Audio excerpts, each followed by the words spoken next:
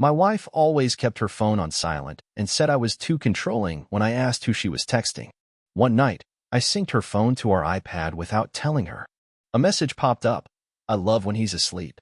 It makes it feel real. I took screenshots of every chat, sent them to myself, then airdropped them to our entire family group chat during Sunday brunch. She dropped her fork. Her dad just said, "You're on your own now." When Megan and I first met, she was the one who couldn't get enough of me. She used to send me long, sweet texts all through the day, pictures of her lunch, funny memes, inside jokes we shared. But over the last year, that changed.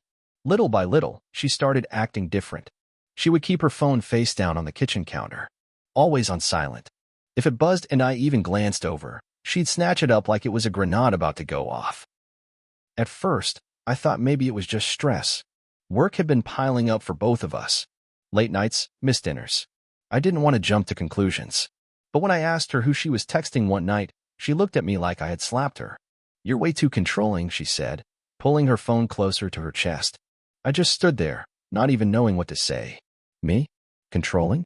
I barely even asked her anything. I trusted her. Or I wanted to. Things got worse. She started working late 4 nights a week. No calls. No texts. Sometimes I wouldn't even hear from her until she walked through the door after midnight, smelling like perfume that wasn't hers. I asked her once if she wanted to go to counseling. Thought maybe it was just a rough patch. She rolled her eyes and said, "I don't need therapy. You need to trust me." That night, while she showered, I stared at her phone sitting on the bathroom counter. Locked. No notifications. Something in my gut twisted. I knew. I just didn't want to admit it. About a month later, I remembered the old iPad we had. It was in the bottom drawer of the nightstand, buried under some old papers. Hadn't been touched in years. Dusty and slow as hell. While Megan slept, I got it out. Charged it up. My hands were cold and sweating at the same time as I logged into her Apple ID. Same one she used for everything. No two-factor authentication. She never changed her password. As soon as it synced, the messages started pouring in. The first one nearly made me drop the iPad. "Zach, I love when he's asleep. It makes it feel real." I stared at it, feeling like the floor had been ripped out from under me. Another message came in. "Megan, I hate sneaking around, but I can't stop. I feel alive with you." I scrolled back. It wasn't new. They had been talking for months. Meeting up at hotels. Sending each other pictures I can't even repeat here. She told him she loved him. She joked about how pathetic I was for trusting her. My vision went blurry. My ears were ringing. I thought about waking her up and screaming at her right then. But something stopped me. Maybe it was shock. Maybe it was something colder. I started taking screenshots. Hundreds. Conversations. Pictures. Hotel reservations. Venmo payments for lunch that were actually for hotel rooms. Every lie laid bare. I sent every file to my own email. Backed them up on a thumb drive. Printed out a few copies, just in case. I didn't say a word for days. I played it cool. Made her breakfast. Kissed her goodbye in the morning. Asked her how work was when she got home. I wanted her to feel safe. I wanted her to think she got away with it. Because Sunday was coming. Sunday meant brunch with her whole family at her parents' house. Like always. Her mom and dad adored Megan. Always bragged about her. How she did everything right. How lucky I was to have her. I wanted them to know exactly who she really was. Sunday morning, Megan dressed up nice. Light pink dress. Curled hair. Big smile on her face like she had no idea her world was about to blow up. "You coming, babe?" she called out from the front door. "Yeah, just grabbing my phone," I said, pocketing the iPad too. We drove over in silence. She was scrolling her phone the whole time, texting someone. Probably him. At her parents' house, everything was normal. Her mom made waffles. Her dad grilled sausage and steak. Her sister was there with her fiancé. Megan laughed and joked like she didn't have a care in the world. Inside, I was shaking. I waited until everyone had food piled on their plates. Everyone busy eating. Nobody paying attention. Then I took out my phone, pulled up Airdrop, and selected everybody in the family group chat. It took a second. Then buzz, buzz, buzz. Phones lit up all around the table.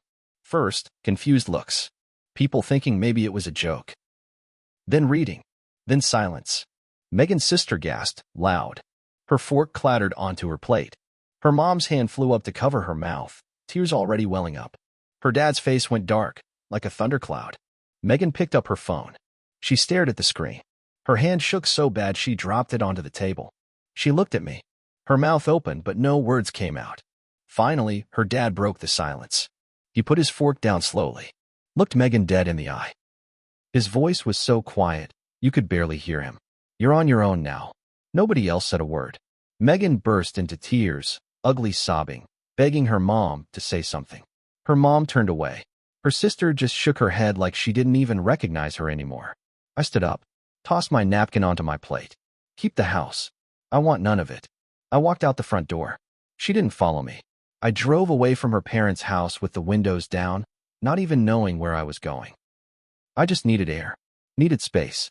Part of me thought she'd call, blow up my phone, beg, scream, threaten, but she didn't. Not that night. Not the next day. When I showed up back at our house, my house, legally, most of her stuff was already gone. Half-empty closets. Bathroom drawers ripped open.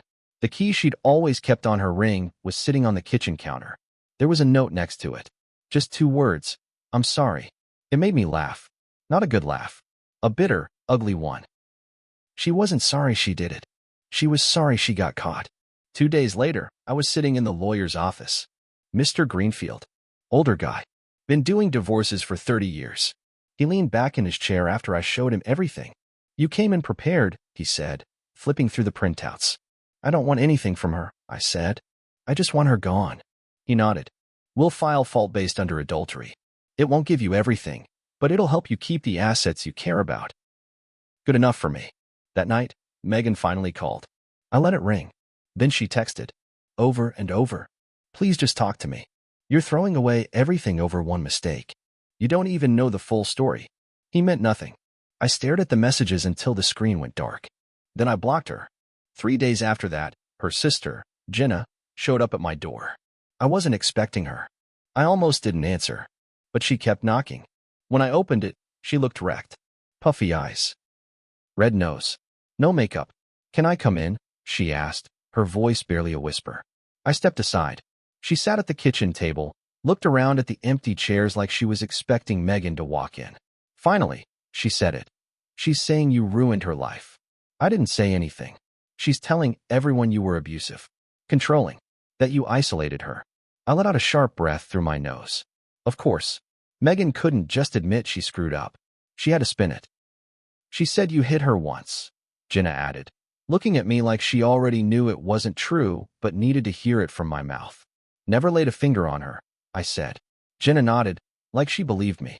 "I figured," she said. "She's lying about a lot of things lately, even to herself." She stood up. "I'm not speaking to her anymore. I thought you should know what she's saying." Later that night, I started getting weird calls. Blocked numbers. No one would speak when I answered. Someone left a voicemail, breathing heavy before hanging up. Then the text started, from random numbers. "You're a piece of shit husband. Maybe if you were a real man, she wouldn't have left you.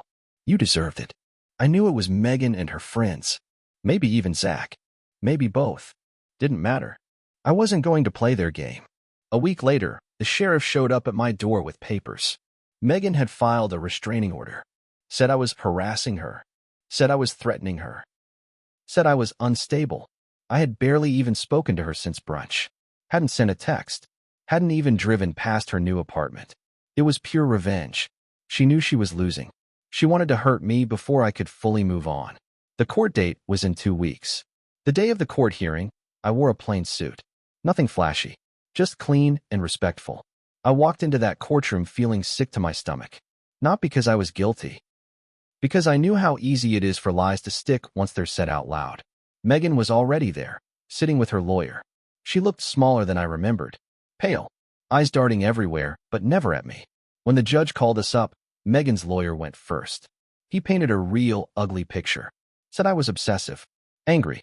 Said Megan lived in fear.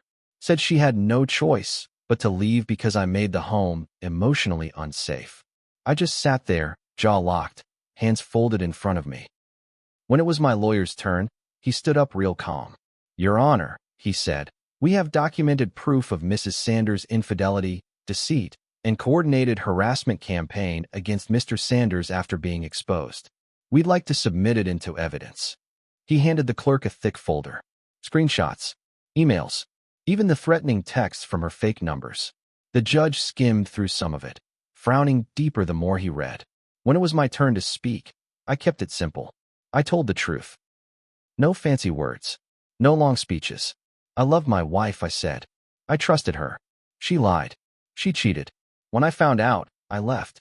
I haven't spoken to her since. I don't know why she's trying to hurt me even more. The judge leaned back in his chair, tapping his pen against the desk. Finally, he said, temporary restraining order denied.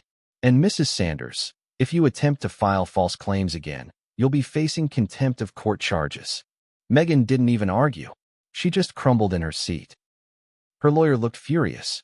I walked out of that courtroom feeling lighter than I had in months. But it wasn't over. Not yet. A few days later, Jenna called me again. She said Megan had a meltdown after court. Told her family it was all my fault, her life was ruined. But the truth was uglier. Megan had tried to move in with Zach after I exposed everything. Except Zach had a fiancée. He wasn't planning to leave her. He was just using Megan for fun. When Megan showed up at his apartment, suitcase in hand, ready to start their life, his fiancée answered the door. There was a screaming match in the hallway. Neighbors called the cops. Megan got cited for trespassing and disturbing the peace. It was all public record. Jenna sent me the screenshots of the police blotter from the local paper. There it was, plain as day. Domestic disturbance, 800, block of Maplewood Avenue. Woman refused to leave after altercation involving alleged affair. Megan's name listed right underneath. She had no home, no job. She got fired after not showing up for a week straight, and no man to run away with. She was renting a dirty studio apartment on the other side of town, working late-night shifts at a 24-hour diner just to make rent. Meanwhile, I stayed quiet. Didn't post about it online. Didn't tell people. Didn't have to. Megan's whole world collapsed without me lifting a finger. Word spread fast in Round Rock. It's not a big town. Her old friends dropped her. Her parents stopped bailing her out. Nobody wanted to be associated with her anymore. Even people she barely knew heard about it. Everywhere she went, people stared, whispered, judged. She couldn't hide. One night, about 2 months after court, I got a letter in the mail. No return address. Inside was a crumpled up sheet of paper. In shaky handwriting, it said, "I'm sorry. I miss you. Please talk to me." No signature, but I knew it was her. I put it straight in the trash without even thinking. A few weeks after that letter, my divorce got finalized. It was fast, clean. She didn't show up to the final hearing, probably too embarrassed. I got the house, my truck, my savings. She got nothing but her name back, and even that name was ruined around town. You'd think that would be the end of it. But people like Megan don't know how to stop digging their own graves. One Saturday morning, I was getting coffee at a little shop downtown. I was standing in line, minding my own business, when I heard a voice behind me. "Jason." I turned around. It was Megan. She looked awful. Skinny. Eyes sunken. Makeup smeared like she'd given up halfway through. She was wearing an old hoodie I barely recognized. "Can we talk?" she asked. I should have just walked away. I should have said no. But part of me, the part that still wanted answers, told me to listen. We sat outside. She lit a cigarette with shaking hands. "I don't even know who I am anymore," she said, looking out at the parking lot. "You made your choices," I said. "I know," she said, blinking fast. "I was stupid. I thought he loved me." She looked up at me. "I loved you," she said. "I still do." I didn't say anything. She kept going. Please just, can we start over? I'm different now." That made me laugh. Not a real laugh. A short, bitter bark. "You're different because you lost everything," I said. "Not because you wanted to change." She opened her mouth to argue. I cut her off. "I trusted you. I loved you. You threw it away for a cheap thrill." She started crying. Loud, ugly sobs. People walking by turned their heads. I stood up. "I'm not your savior," I said. "I'm not your backup plan." I walked away. Didn't look back. That should have been it. But deep down, I knew I wasn't innocent either. I had trusted her blindly when the signs were all there. I had ignored the small lies because I didn't want to fight.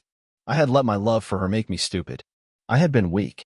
I let her betrayal turn me into someone cold. Someone who plotted revenge instead of just leaving. I could have walked away quietly, kept my dignity. Instead, I burned her life down in front of everyone. Was it deserved? Maybe. but it changed me, and not for the better. Today, it's been about a year since the divorce. I'm doing fine on paper. Good job. Good health. A little therapy. A few new friends. But something inside me is different now. Harder. Colder. I don't trust as easy anymore. I don't fall as fast. Maybe that's a good thing. Or maybe it's just another scar. Megan still lives in town.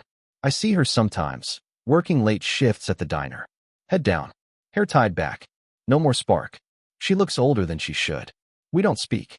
We're just two strangers who used to love each other, walking past each other like ghosts. And maybe that's the real ending. Not fireworks. Not screaming. Just silence. The kind you can't ever really fix.